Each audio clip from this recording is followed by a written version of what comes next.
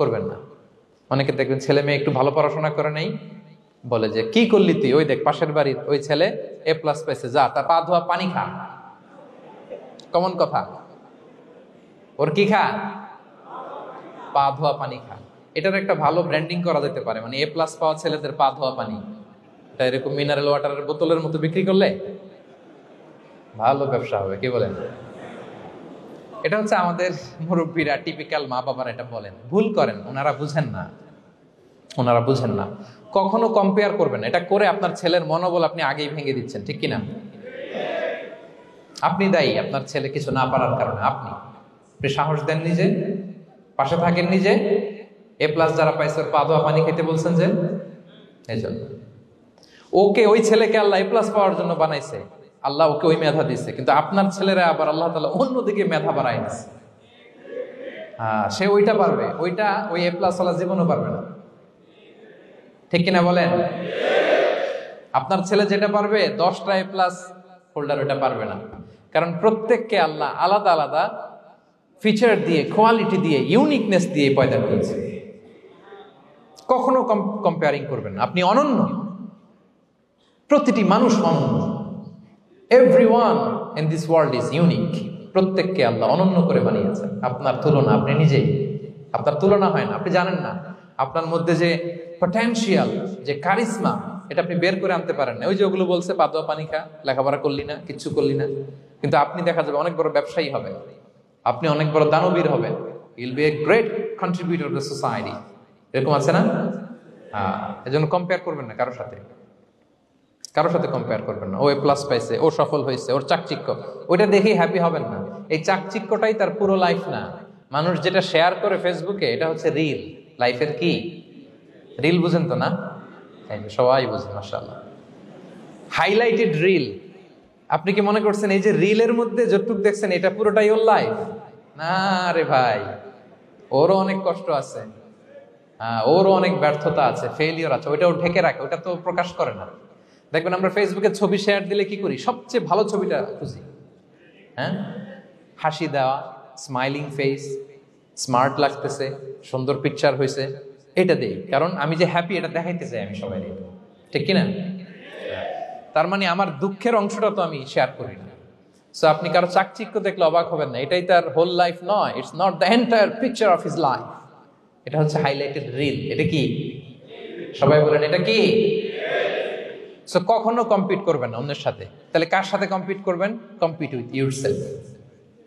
নিজের সাথে কম্পিট করুন, নিজের সাথে কম্পিট করুন, and try to be the better version of yourself in every single day. প্রতিদিন নিজেকে একটু একটু করে ডেভেলপ করার চেষ্টা করুন।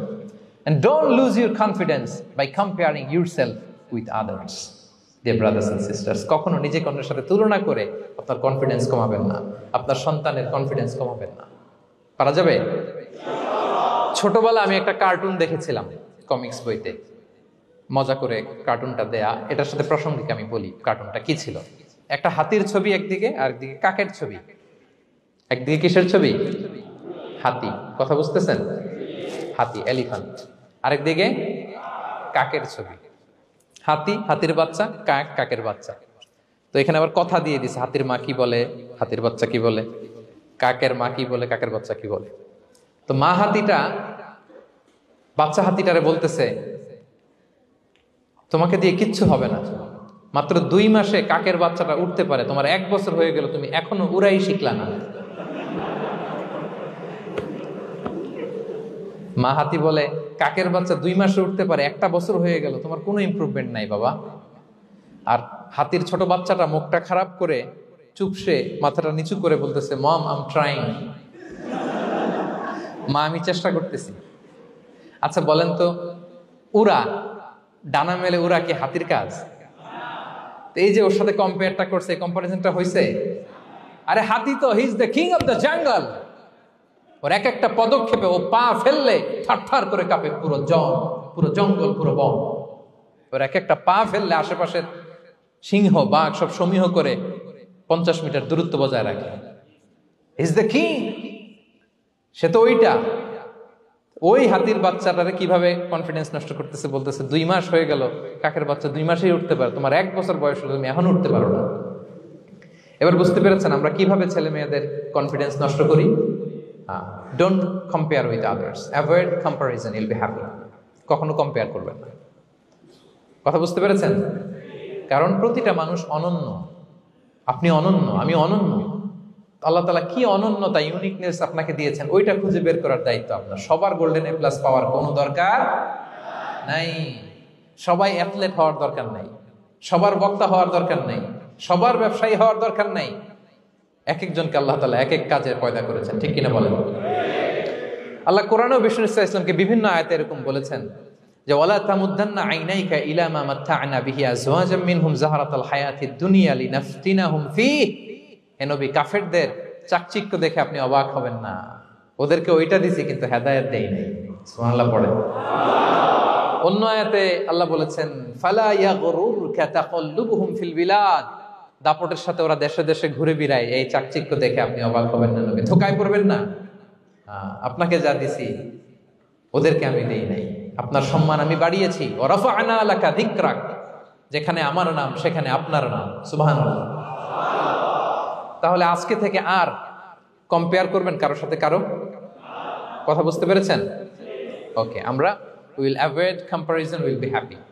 প্রতিটি মানুষ অনন্য, আপনার ইউনিকনেসকে আপনি কাজে লাগাবেন। আল্লাহ তৌফিক দান করুক, পড়েন আমিন।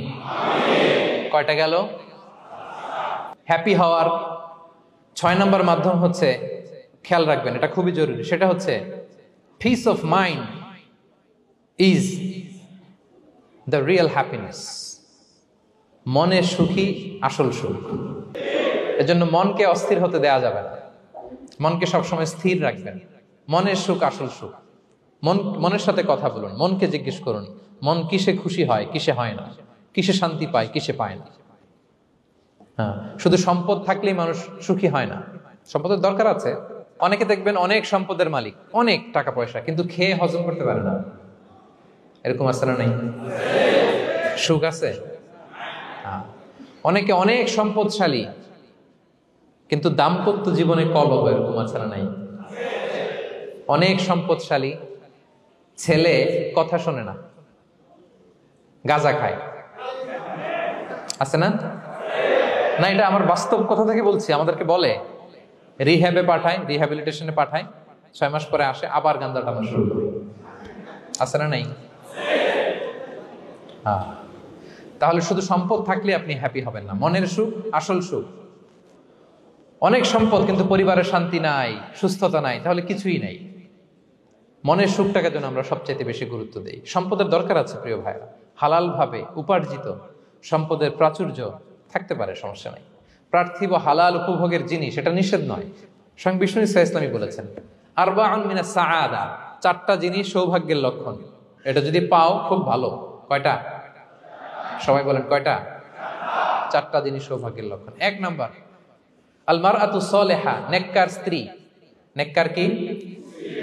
2 নাম্বার আল মাসকানুল ওয়াসিআ, প্রশস্ত বাড়ি, প্রশস্ত বাড়ি।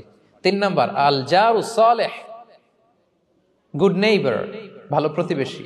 4 নাম্বার আল মারকাবুল হানি, সুইট রাইড, মানে ভালো বাহন বা যানবাহন। 4টা থাকলে এটা একটা সৌভাগ্যের আলামত, খুশনসিব, এটা ভালো। কিন্তু খেয়াল করে দেখেন তো বিশ্বনবীর 4টার মধ্যে কয়টা ছিল? শুধু 1 নাম্বারটাই ছিল, বাকি 3টা ছিল না তেমন। 1 নাম্বার কি ছিল? আল মারআতু সালেহা, নেককার স্ত্রী, এটা বিশ্বনবীর ছিল, ঠিক কিনা? 2 নাম্বার আল মাসকানুল ওয়াসি, স্পেশিয়াস হাউস, বড় ঘর, বিশ্বনবীর ছিল না মক্কায় না মদিনায়। মদিনার ঘরগুলো দেখেন এক এক বিবির এক এক ঘর, ছোট্ট ঘর, খেলে হাইটা এসে বসতে পারে আর শুইতে পারে এতটুকু। 3 নাম্বার আল জারু সালেহ, ভালো প্রতিবেশী ছিল। মক্কায়ও না মদিনায়ও। মদিনায় গেলেন, আশেপাশে ইহুদিরা থাকতো, বনু কাইনুকা, বনু কুরাইজা, বনু নাদির। তাদের ষড়যন্ত্রে একটা রাতও শান্তিতে ঘুমাইতেই পারে নাই। সুখ তো দূর কি বাদ, সবসময় জ্বালাতন করতো, বিট্রে করতো, ওয়াদাভঙ্গ করতো, এগুলো ঘটেছে। তার মানে ভালো প্রতিবেশী জোটে নাই। 4 নাম্বার আল মারকাবুল হানি, ভালো বাহন।